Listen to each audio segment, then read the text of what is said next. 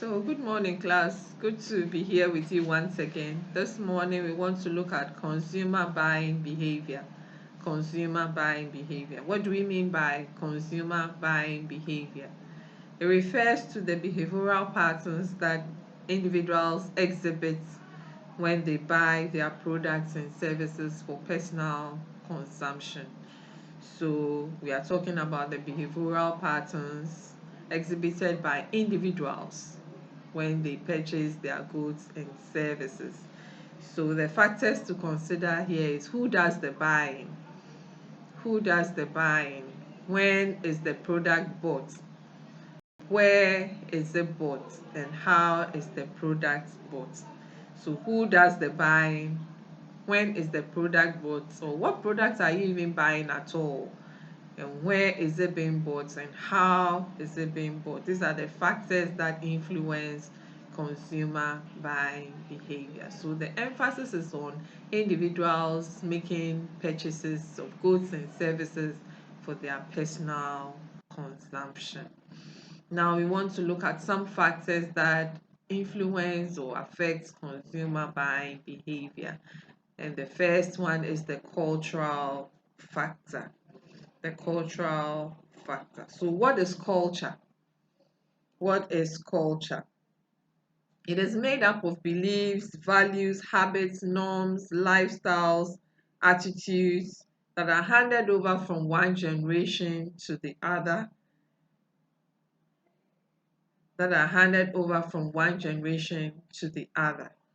made up of beliefs, values, norms, attitudes, habits, lifestyles that are handed over from one generation to the other. And it's the most basic cause of a human being's behavior. It's the basic cause of a person's behavior. So growing up as a child, we learn values, beliefs, norms, perceptions, and other important uh, attributes from our family and from other institutions. And that is the cultural environment that we find ourselves in, play a very vital role in our behavior. So if we are looking at culture, it determines what we buy, where we buy, and how we buy. You buy the things you buy because of your cultural background. You may be amazed, but it play a tremendous part in our buying behavior. Why do we buy the things we buy? Why do we even choose the colors that we choose? What kind of food do we eat? They are all influenced by our cultural background. Most people wear white not for the sake of wearing white, but because it is their cultural background. They are influenced by their cultural background. So um, we buy the things we buy, we wear the things we wear, we watch the things we watch, we walk the way we walk, we talk the way we talk because of our cultural background. Still under cultural environment, we want to look at our social class. Our social class. Our social class also determines what we buy and how we buy. Our social class also determines what we buy and how we buy.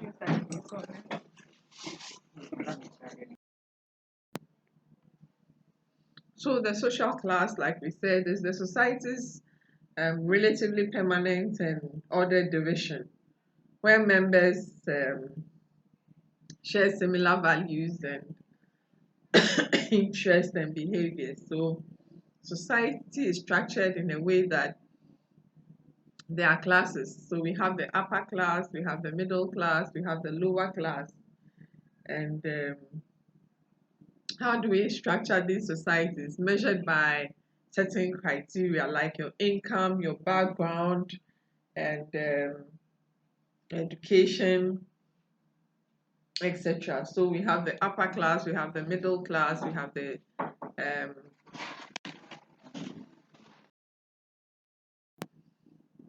sorry for the interruption. So we have the upper class, we have the middle class, we have the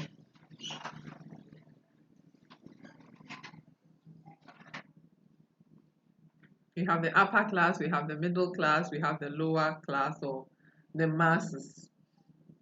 And these classes all have their buying behavior.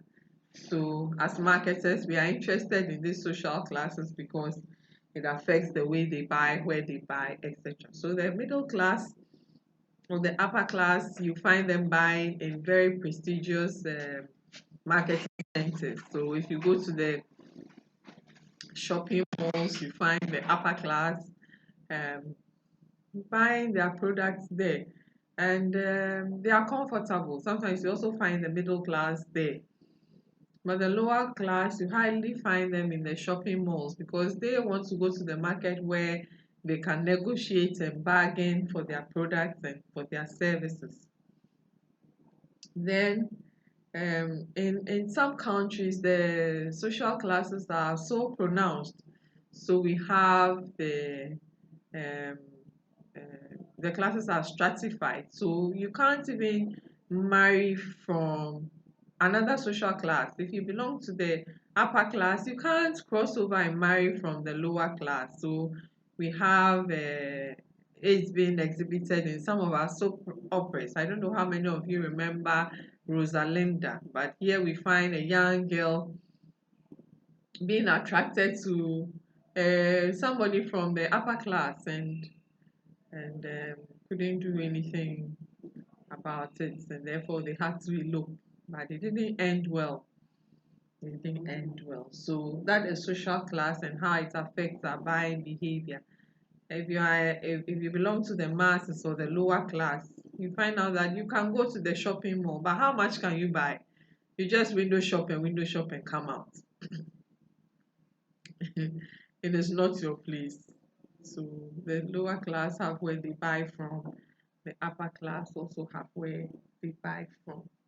Then you have the social factors also influencing our buying behavior. So you have under social factors, you can look at groups. So a group is made up of two or three individuals who share the same value. Two or three individuals who share the same values or beliefs or characteristics. A person's buying behavior is greatly influenced by the group he or she belongs to. So, what group do you belong to, and what are their buying behaviors? What are their buying patterns? It affects you greatly. So, if you belong to a group that always buys yogurt, you find out that, oh, you always buy yogurt. If you belong to a group that buys anything, you realize that it influences your buying behavior. So groups really have effects on individuals. It exposes individuals to certain lifestyles and behavioral patterns. So you don't wear short skirts, but all of a sudden you find out that all your friends or the friends that you work with, everybody wears short skirts, and therefore you find out that you gravitate towards that. It exposes you to new lifestyles. Some people don't drink, but because of the group they find themselves in, you find out that they start drinking. Some people don't smoke because of the friends they have, they start smoking. Pressure from peers. It exposes you to new lifestyles and new behavioral patterns. It also influences your attitude and your self concept, how you see yourself. How do you see yourself? The group that you belong to influences your perception about yourself. How do you see yourself? Very, very important. Groups and its effect on on your behavior. It pressurizes the individual to also conform to the standards of the group. Everybody in the group is doing it, and therefore you must do it. Everybody in the group is wearing Brazilian hair, and therefore you must also wear Brazilian hair. Everybody in the group is making up, and therefore you must make up. Everybody in the group is doing a particular line, and therefore if you are not careful, it can have both negative and positive effects on you. Can have both negative and positive effects on you. So, under social factors, we have looked at groups and how it affects our buying behavior. Let's look at family, still under groups. Family. How does the family affect our buying behavior? So we have two types of family. We have the family of orientation and the family of procreation, and they influence our buying behavior. If we talk of family of procreation, we are talking about members uh, of family that are linked to you based on blood. So you have a father and a mother and children. That's the family of procreation. Then we have the family of orientation, that is, uh, uh, they provide orientation towards our religion, our economics, our self worth, our personal ambition, and our politics, our religion, etc.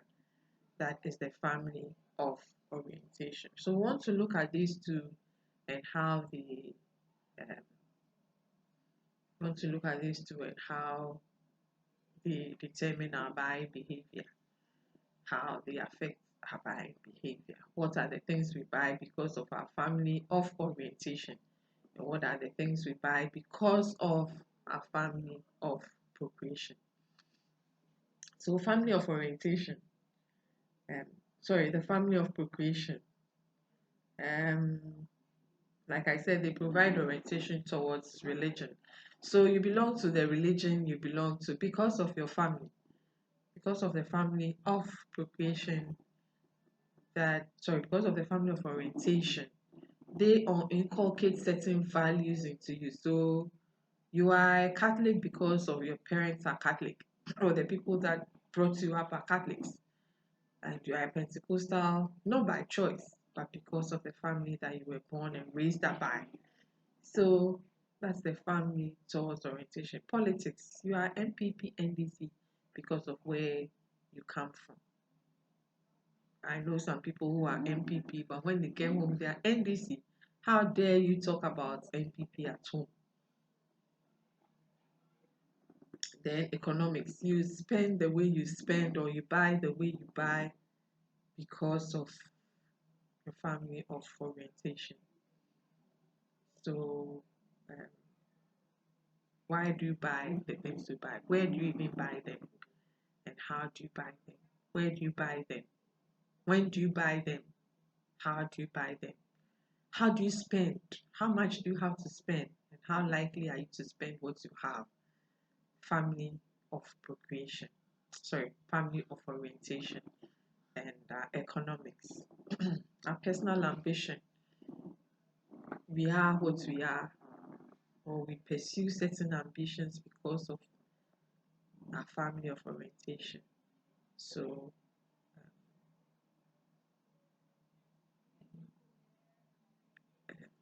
you are a lawyer, or in your family, everybody's a lawyer, or in your family, everybody's a journalist, or in your family, everybody chose a particular line, everybody um, is a graduate, or nobody finishes school and they get married, or everybody finishes school before they get married, or everybody attains a certain profession before they get married. That is what pertains in your family. In your family, they all marry accounts, or they all marry guns, or they all marry Edwards. Personal ambition in your family. I mean, what pertains in your family? You have to tell us by our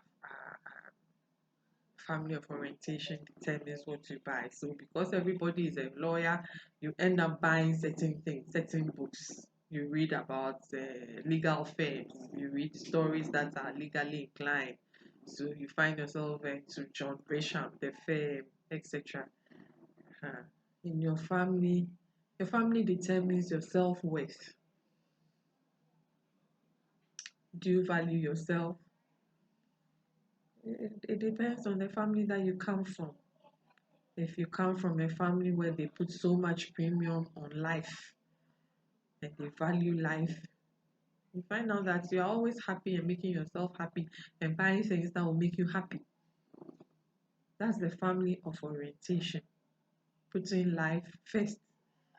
So self-worth. Your family will tell you that you are important. Um, you mean much more to us. Builds your confidence, builds your self-esteem, self-worth, builds your self-esteem, builds your confidence. That is your self-esteem. And then your family defines love. So you find out with the self-esteem and the self-worth, you find out that you end up buying more things towards that and making yourself happy. So that's the things you buy because there's so much premium on self-worth. Oh, it's my birthday. I must put some premium on myself. I don't have to wait for somebody to come and celebrate my birthday for me. It is my birthday and I must celebrate as such. So I go ahead and I celebrate. And then love. How is love defined in your family and by your family? What is love? What is love? So if it's Valentine's Day, how do you show your love? How do you show love to people around you? Do you even show love? Or your love definition is so perverted that immediately you mention love, what comes to mind is sex. No, no. What is love? What is love? A 2-year-old and a 4-year-old in a certain school were caught having sex. The 4-year-old boy defiled the 2-year-old. The question we asked is not what has this boy read or heard, but what has this boy seen?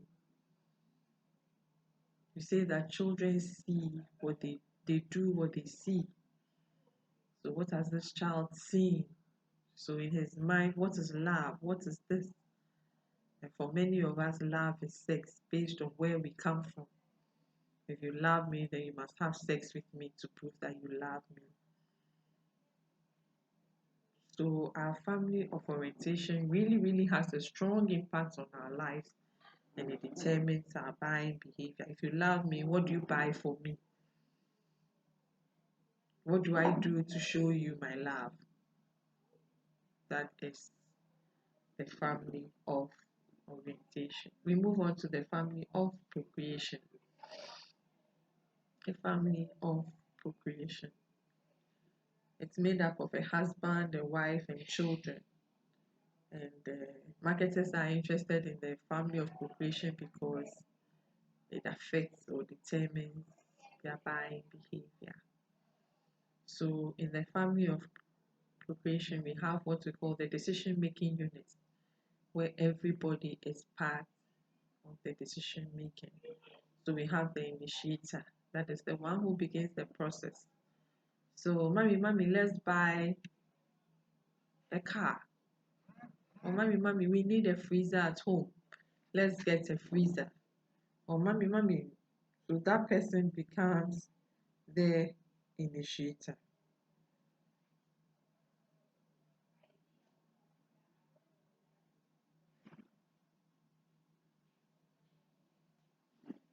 The person becomes the initiator. The one who begins the process of initiating a purchase. Then we have the influencer, the person who attempts to persuade others or imposes their choice on others. The person